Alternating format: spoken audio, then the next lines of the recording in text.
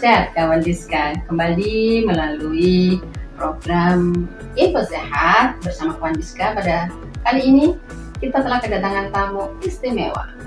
Tamu istimewa ya, yang nanti kita akan infokan terkait bahan tambahan pangan. Nah, jadi kawan perlu diketahui bahwa makanan ini merupakan suatu kebutuhan ya, benar-benar makanan adalah kebutuhan pokok dan ini sangat diperlukan oleh tubuh kita. Dimana, namun pada saat ini di dalam makanan kita yang kita konsumsi sehari-hari itu ada sebagian adiktif atau bahan tambahan gitu ya yang di dalam makanan, dimana memang ini sengaja diberikan atau dimasukkan di dalam makanan tersebut sebagai upaya untuk membuat menjadi lebih enak citra rasanya, kemudian teksturnya juga lebih baik dan lain sebagainya. Nah, sejauh mana kita harus pandai memilih yang namanya bahan tambahan pangan ini dan mana yang boleh atau sejumlah seberapa kita bisa menggunakannya. Telah hadir narasumber kita pada siang hari ini. Selamat datang Bu Ida. Selamat datang, selamat siang ya. Sehat ya Bu? Alhamdulillah. Tetap harus sehat. Sehat dan harus semangat nih ya. Tetap semangat ya, terutama kalau dengan kawan Diska nih ya kawan. Baik nih Bu Ida, terkait dengan makanan tadi ya, terutama yang akan kita bahas adalah bahan tambahan pangan. Nah, kalau boleh tahu, kok ada bahan tambahan pangan itu yang seperti apa sih? Mungkin kawan Diska tahu. Ya, terima kasih Bu Retno. Jadi bahan tambahan pangan ini adalah bahan yang memang tadi ditambahkan di dalam pangan untuk mempengaruhi bentuk dan sifatnya. Tadi bisa bentuknya supaya lebih bagus, warnanya bisa lebih cantik, lebih cerah, dan juga lebih awet. Mungkin jadi bisa untuk mempengaruhi dari tampilannya ataupun dari mungkin dari segi stabilitas, dari rasa, dari warna dan yang lain-lain. Itu makanan ini menarik, lebih menarik, terutama untuk produk-produk yang memang sengaja kita perjualbelikan ya. Kalau disajikan, kalau sebenarnya kalau untuk kita sendiri kan ada kalanya memang tetap butuh, tetapi ketika dalam proses bahwa makanan itu akan diedarkan ataupun dijual ya. Dijual tentunya kita ingin menarik masyarakat untuk bisa membeli produk kita, dan salah satunya adalah dengan cara menambahkan bahan tambahan pangan. Dan namanya memang bahan tambahan, memang sebenarnya ditambahkan. Jadi dia bukan golongan makanan, jadi bahan tambahan pangan. Kalau jelas ditambahkan ya kawan Diska, dan ini adalah tambahan pangan yang arahnya tadi biar cantik, biar menarik lah ya. Nah, ini sebenarnya apa saja nih Bu Ida yang bisa ditambahkan di dalam makanan tersebut? BTP-nya nih. Iya, sebenarnya bahan tambahan pangan ini kalau dari peraturan BPOM sendiri itu ada 27 kelompok. Iya. Dan saya memang diperbolehkan nih ya. Diperbolehkan, yang diperbolehkan, dan tentunya di situ sudah diatur tentang berapa yang boleh digunakan. Jadi batas maksimal yang boleh digunakan dalam makanan itu ada, dan juga dalam masing-masing makanan. Kadang misalkan salah satu maksudnya satu bahan tetapi dia digunakan dalam bermacam-macam produk, itu bisa jadi ada yang berbeda. Jadi di produk A sekian, produk B sekian, produk C sekian. Jadi jumlahnya nih ya? Jumlahnya bisa berbeda. Iya, jumlah yang diperbolehkan. Ternyata berarti ada batasan nih ya Bu. Ada batasan. Bahan tambahan pangan tadi di dalam penggunaannya ini berarti harus diatur nih ya. Ada tambahan, kemudian ada batasan. Ada batasan, iya. Sejauh itu seperti apa nih Bu Ida? Memang dalam batasan ini ada yang batasannya ditampilkan dalam angka. Dari maksimal penggunaannya adalah sekian, misalnya tadi ya miligram. Biasanya satuannya miligram dalam kilogram per ya. Miligram per kilogram. Jadi sekian miligram bahan tambahan pangan dalam gram bahan pangan atau pangan yang akan dibuat tadi. Jadi itu nanti ada batas-batasannya nih ya. Mungkin kalau mungkin ada yang bisa disematkan nih, nanti Bu Ida bolehlah kami ditambahkan nih ya, kita sematkan di sajian kita kali ini. Dan juga sebenarnya juga banyak juga yang memang batasannya itu secukupnya. Jadi memang apa ya, kualitatif ya. Bukan. Jadi secukupnya. Jadi kalau secukupnya itu memang boleh ini ya, seberapa boleh. Cuman kan artinya tetap ini ya, memperhatikan. Mungkin kadang-kadang kalau kita terlalu banyak menambahkan bahan itu tetap kadang kan ada mempengaruhi rasa ya. Saya kira misalkan ditambahkan misalkan zat pemutih ya, kalau terlalu banyak itu kok saya kadang-kadang rasanya agak pahit atau agak gimana ya. Jadi memang disesuaikan dengan ketika kita ingin memperbaiki misalkan dari tampilannya, teksturannya, jangan sampai juga mengurangi dari rasanya. Jadi ini kawan yang harus diperhatikan di dalam pemberian dari bahan tambahan pangan tadi. Jadi memang di situ sudah ada aturan di dalam pemakaiannya bahwa memang secukupnya. Bahasa secukupnya inilah yang nanti harus diperhatikan bagi konsumen atau produsennya ya, bukan konsumen ya, produsen dari pembuat makanan tersebut gitu ya Bu Ida. Nah, kalau itu diperbolehkan, nah kita juga ingin tahu bagaimana cara memilihnya. Cara memilihnya BTP seperti apa? Ya mungkin adik seperti yang belum saya sebutkan ya. Sebetulnya kalau bahan tambahan pangan ini secara kita sadari atau tidak ya, sebenarnya sudah kita gunakan di rumah kita ya, ataupun di acara memasak, baik itu di rumah tangga ataupun mungkin di sarana yang produksi makanan ya atau pangan ini ya. Contohnya yang gampang itu mewarna ya, tentunya hampir warna makanan itu salah satu dari bahan tambahan pangan. Dan saya pikir dari anak yang kecil gitu ya, itu juga ini sudah tahu nih bahan pewarna, terus juga pemanis, pemanis, terus juga ada nanti misalkan kalau ibu yang buat kue itu kan ada yang pengenyak, pengembang, ada pengembang, ada yang ovalet itu juga ya, emulsifier, terus ada perisa ya. Kalau kita dulu nyebutnya perasa, tetapi kalau di dalam peraturannya itu perisa biasanya. Iya, perisa jeruk, perisa pandan, perisa ini. Jadi rasa rasa yang berbeda-beda sesuai dengan buah aslinya seperti itu. Dan itu saya pikir juga ketika kita buat sirup sendiri di rumah itu sebenarnya sudah kita paling tidak rasa pandan, spicy, ya itu sudah favorit ya, mungkin mocha. Sudah mama ya tadi. Cara memilih tadi cara memilih yang pertama bahwa sebetulnya yang kita perbolehkan adalah BTP yang memang sudah diizinkan oleh BPOM ya, sudah ada izinnya dari BPOM. Jadi kalau ibu-ibu, mungkin ini saya bilangnya ibu-ibu ya, karena memang sepertinya bapak-bapak jarang belanja nih. Ya, jadi misalkan di suatu toko atau mungkin di Madiun juga banyak ya, di supermarket ya, itu di minimarket itu juga banyak. Jadi kadang-kadang kita bisa lihat paling tidak ada kode BPOM-nya. Itu kode BPOM-nya berarti dia sudah ada izin dari BPOM-nya, dan insya Allah sudah aman dan aman digunakan. Dan biasanya memang nanti ketika kita membeli kita juga lihat labelnya juga tadi ya.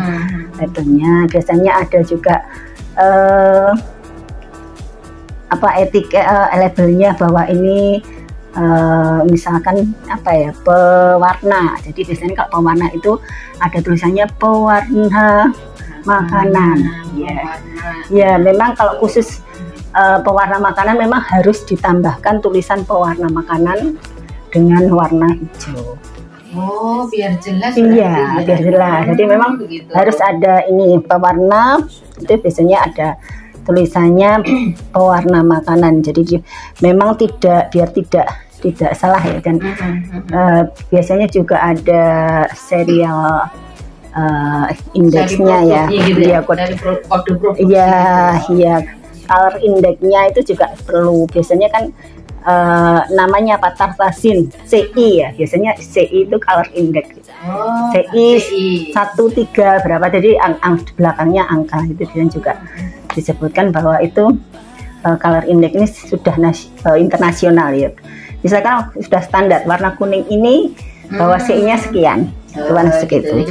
Sudah ada batasan. Kalau sudah muncul kode di dalam pewarna tadi adalah CI. Iya, karena jangan lupa adalah color index. Iya.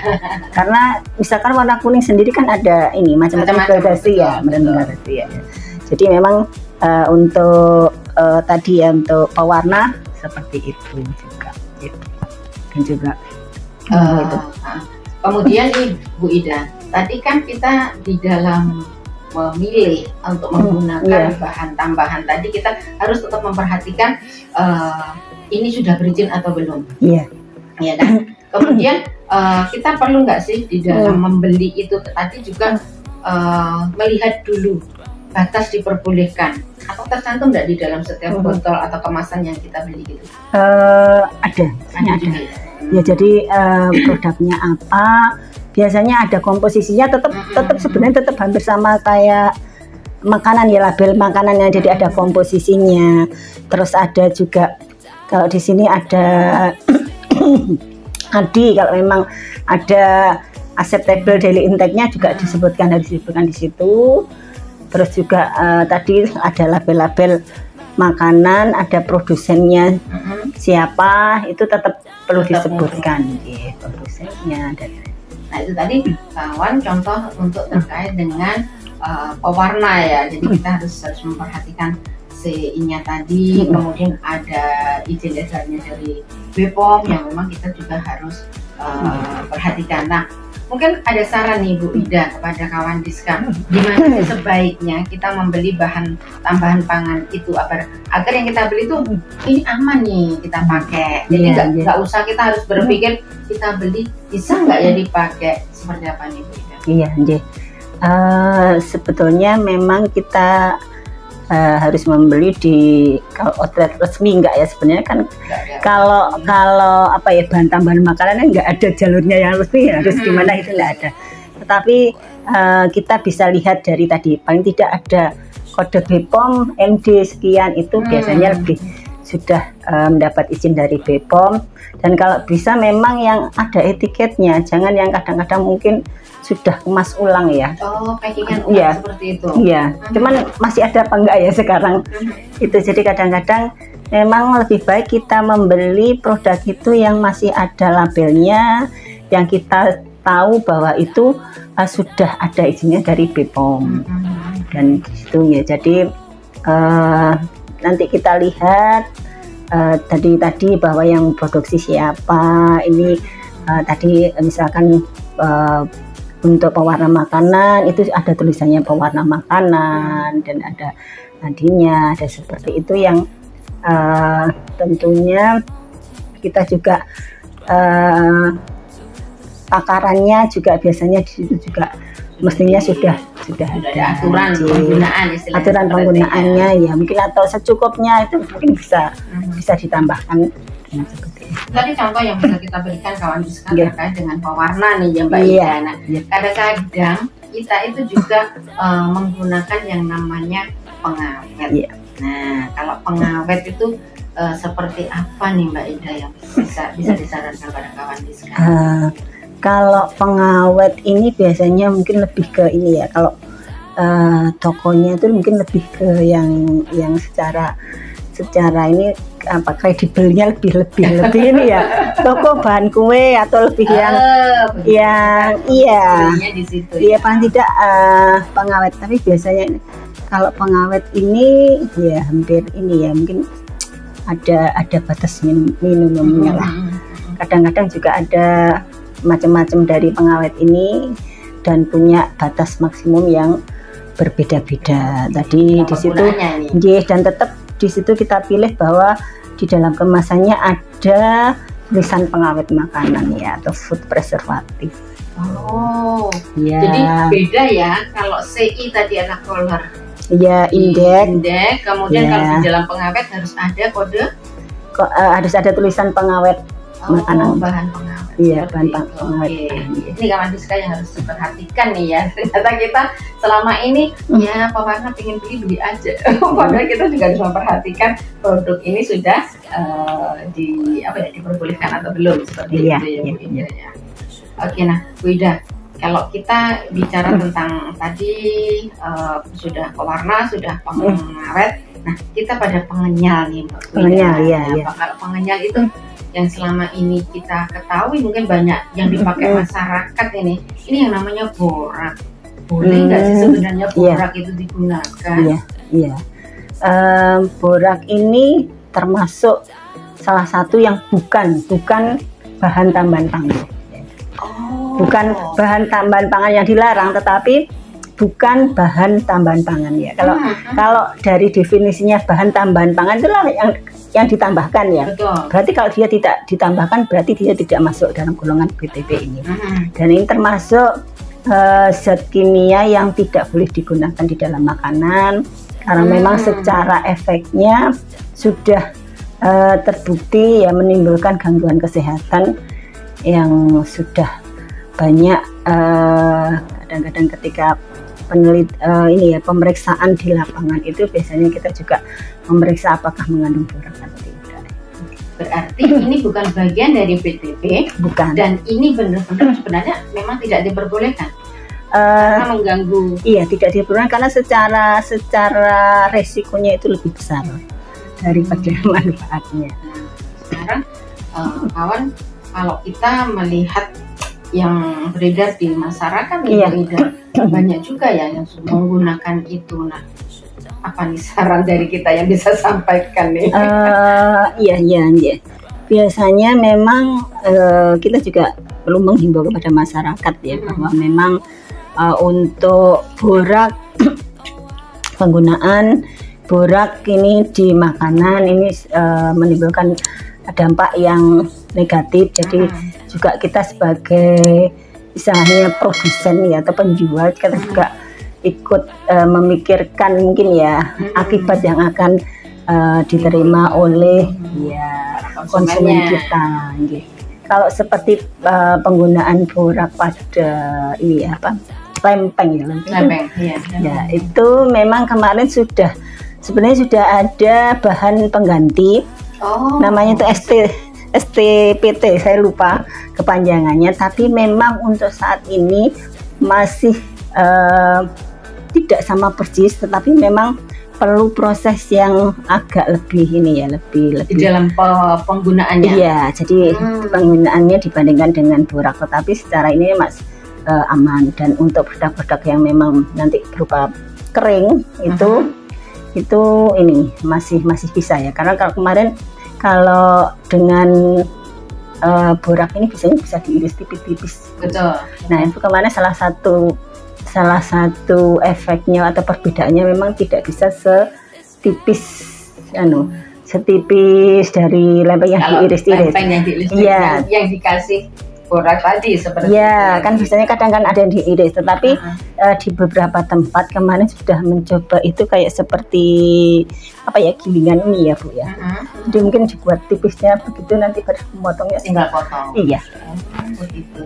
Jadi kawan, ternyata selain borak tadi berbahaya bagi kesehatan, nah ini sebagai pengganti dari borak itu ternyata sudah ada bahan yang memang khusus dipergunakan untuk BTP ini. Jadi misalkan kalau bikin kerupuk nanti tanpa borak, nanti ada penggantinya adalah si STPT. Itu sebenarnya singkatan. Cuma Bu Ida nanti kita ini kan ulangi. Nah, itu tadi pengawet. Nah, kepanjangannya soal nama kimia Bu. Oh, begitu. Iya. Jadi mungkin nanti tinggal satu saat kita ketemu mungkin bahasa pasarnya kita sampaikan ke kalian. Nah, itu tadi borak nih Bu Ida. Yang saya juga sering yang dipakai di masyarakat itu kalau gelatin seperti apa?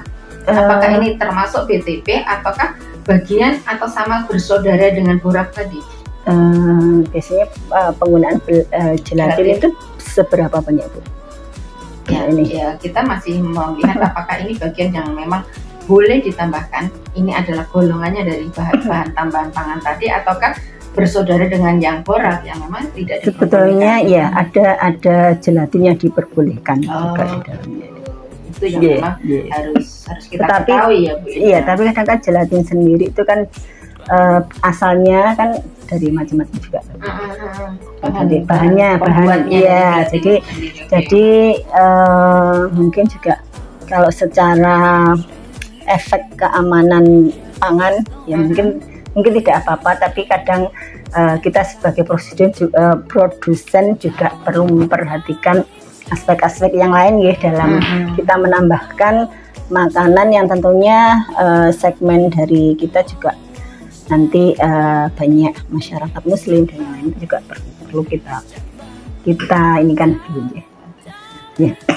Tadi kawan kita mulai awal kita bahas bagaimana cara memilih BTP-nya tadi. Nah, setelah kita tahu cara memilih untuk membeli ya, karena ini akan kita gunakan di dalam menyajikan makanan di rumah, atau mungkin kita melakukan usaha yang kita jual. Nah, ini yang berikutnya nih Bu Ida. Nah, kalau kita sudah punya BTP yang kita beli tadi, kita sudah sesuai. Nah, bagaimana cara penyimpanannya? Iya. Biar ini mungkin awet, atau mungkin ini bisa kita gunakan ulang. Iya. Tentunya yang pertama kita tempatkan di tempat yang kering dan tertutup ya, mestinya tetap. Ya, atau kalau memang di kemasannya ada syarat ataupun keterangan untuk penyimpanan, monggo diikuti yang ada di sana. Tetapi intinya juga kita simpan di tempat yang tadi kering, tertutup, dan juga kita perhatikan apakah memang ada perubahan dari warna, dari bahan yang kita lihat juga expirednya di dalam labelnya. Ternyata mungkin di sebagian produk BTP tadi ya Bu Ida, ada sebagian yang memang sudah mencantumkan simpan di tempat kering, tidak berdekatan dengan, tidak terkena matahari langsung. Gitu. Jadi ini kawan Diska yang memang kita harus perhatikan di dalam, kalau kita beli BTP ini tadi, kemudian ternyata kita baru pakai sedikit, masih ada sisa. Nah, bagaimana cara penyimpanannya seperti yang disampaikan tadi. Oke, nah terakhir nih Bu Ida, apa saran yang bisa disampaikan pada para pengguna, di masyarakat yang mungkin pada saat ini banyak atau menggunakan dari BTP itu sendiri? Untuk masyarakat ya, baik itu nanti akan mengkonsumsi pangan yang akan kita konsumsi sendiri atau mungkin dijual di masyarakat, monggo kalau mau menggunakan BTP, gunakanlah BTP yang memang sudah diperbolehkan atau disetujui oleh BPOM, dan penggunaannya sesuai dengan maksimal ataupun jumlah yang memang diperbolehkan tadi ya, karena ada batas maksimal tadi, dan juga ketika kita membeli kita lihat labelnya sudah berizin, terus juga ID-nya paling tidak juga ada tadi, dan ada keterangan-keterangannya. Dan sebetulnya kalau kategori dari BTP itu banyak sekali ya, dan kita tidak BTP itu jangan terlalu dilihat ini kayaknya berbahaya gitu, enggak, karena banyak sekali yang ada dalam kategori BTP ini. Salah satunya sebenarnya agar-agar susu itu juga masuk BTP ketika pada produk-produk tertentu. Jadi misalkan agar-agar kita tambahkan pada, mungkin ini di industri ya. Betul. Jadi industri susu itu mungkin dia menambahkan sedikit agar-agar juga bisa itu. Dan itu agar-agar di situ bisa berfungsi juga sebagai BTP. Ya, jadi tetapi tadi intinya yang kita beli ya kita pastikan atau kita cari tahu lah apakah bahan-bahan yang kita nantinya pakai itu aman atau tidak. Paling tidak itu Bu Retno. Jadi yang akan kita pakai atau yang sudah kita pakai itu aman atau tidak. Jadi ya gini saja. Oke. Kawan Diska, ternyata kalau kita ngobrol terkait dengan bahan tambahan pangan ini sebenarnya Oh, panjang sekali kalau kita nanti butuh waktu panjang. Iya. Gitu ya. Saya sendiri juga. Karena ada 27 kan Iya. tadi ya. Saya sendiri juga enggak. 27 kategori. Nah, satu hal yang harus kita perhatikan kawan terkait dengan PTP tadi, pandai memilih PTP yang memang sudah berizin ya. Iya. Jelas. Kemudian pada pembelian, beli pada tempat yang memang sudah direkomendasikan. Kalau memang belinya tidak di tempat bahan pangan ya, jadi kayak toko-toko bahan kue misalkan, itu harus diperhatikan tadi ada kode produksi, kemudian kapan expired gitu ya Bu Ida. Iya, terutama memang keterangan tadi ya, untuk bahwa itu untuk makanan. Betul ya, memang di situ di dalam PTP tersebut menyebutkan memang ini khusus untuk PTP bahan tambahan pangan, memang untuk digunakan di pangan, bukan yang tekstil kita pakai untuk di pangan karena warnanya lebih cerah seperti itu kawan. Nah, yang terakhir kawan, kita juga harus pandai menyimpan karena mungkin pemakaian kalau tidak untuk industri ini juga tidak banyak ya Bu Ida ya. Banyak, ya.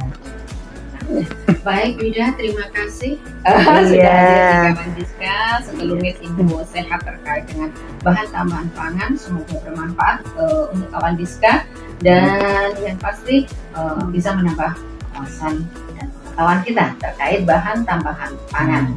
Baik Kawan Diska, tetap stay tune di @prompus_kota_madiun dan jangan lupa di subscribe ya YouTube-nya Kawan Diska. Terima kasih Bu Ida, ketemu di lain kesempatan. Sama-sama. Bye.